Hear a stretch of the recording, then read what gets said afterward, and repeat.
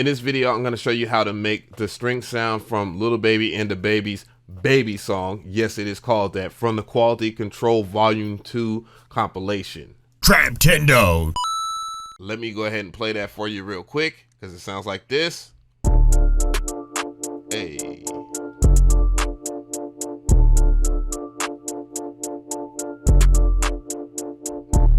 All right, so, I'm going to teach you the basics of how to get that or whatnot. The link will be in the description box if you want to check out the quality control presets that me and Imperial did together. But also, this FLP will be available for download for free. So make sure that you check it out, and I appreciate it. So anyways, this is Electra. For those who don't know, this is my favorite synth. So this is what I usually do a lot of sound design in.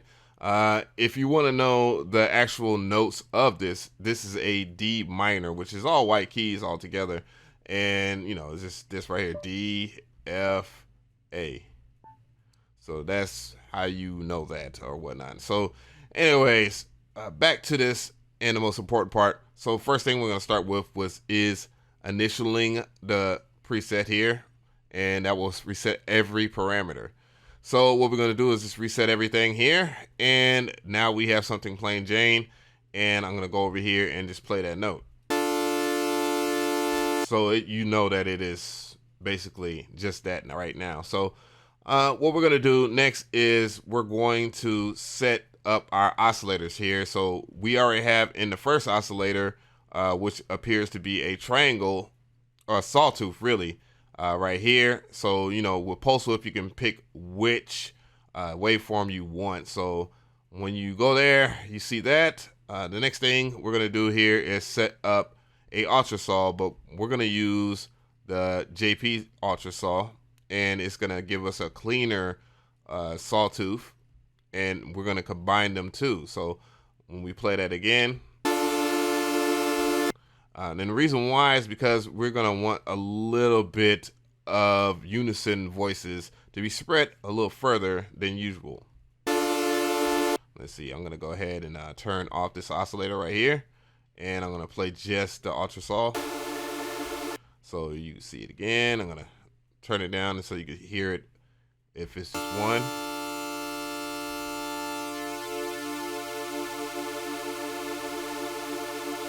Because that's important to the sound here. I'm going to try and nail it a little harder this time than I did initially in the preset.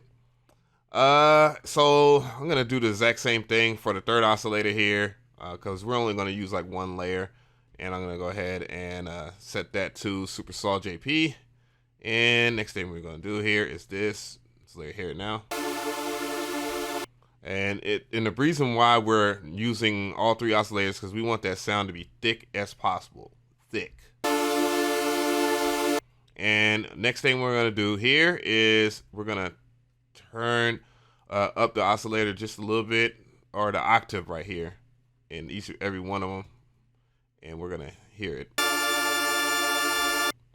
All right. That might be a little bit too much here. So we're going to go and set the octave here. So that's what OCT means. It means octave.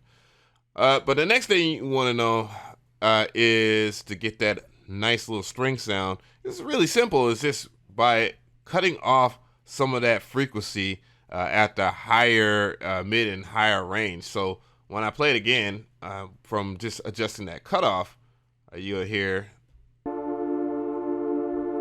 pretty much that is on that level of that sound. But the next thing with this sound we're going to do is we're going to add a little bit of reverb. This is for personal preference here. You can use room reverb and give that particular sound a presence. But we're also going to do some more advanced things over here with the mod matrix, which is a very important thing about sound designing. So the next thing I'm going to go is over here to velocity. Remember, I did a video on how to set up your velocity so that your keyboard, your MIDI keyboard, can respond to velocity in the My Matrix. And we're going to turn it up. We're going to turn up the amount so that way if somebody wants to play that, then they can play it and have different velocities. So we're going to go ahead and play it again.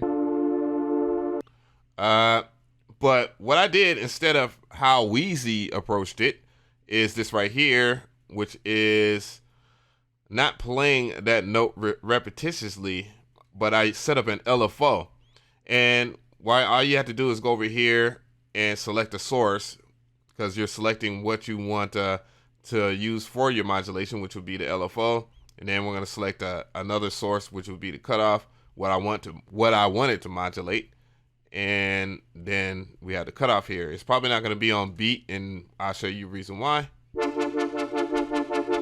And the reason why is because you want to set the LFO up. I'm using LFO 1, and then we're going to go over here to trigger BPM, and then you're going to notice a big difference. And now we're going to set the speed.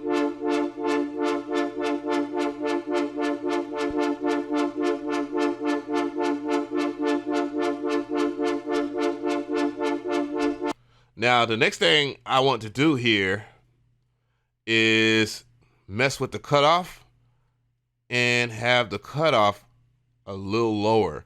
You know, you can adjust the parameter of the filter right here. And, you know, you don't have to, as long as you have a low pass filter on there, you know, it's personal preference. But then you already have the sound. Now, just a bonus tip here. Whatever LFO or style LFO that you use, like I'm using a triangle, if you use something like a sine, it will follow that pattern. Like it will modulate like a sine. It looks kind of like the Waves logo. But yeah, just here you go. So.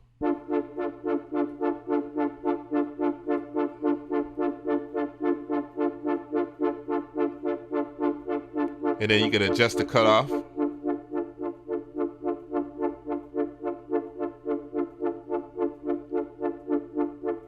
Now let's go ahead and play it with the track itself that's already made.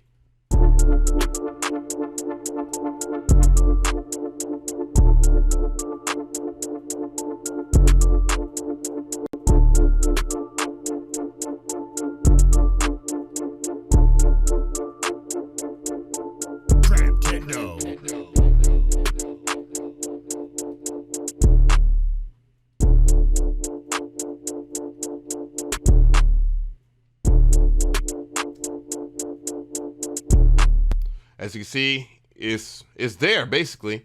You know, you just want to adjust it, you know, as much as possible until you actually have that exact vibe that Wheezy went for on that track.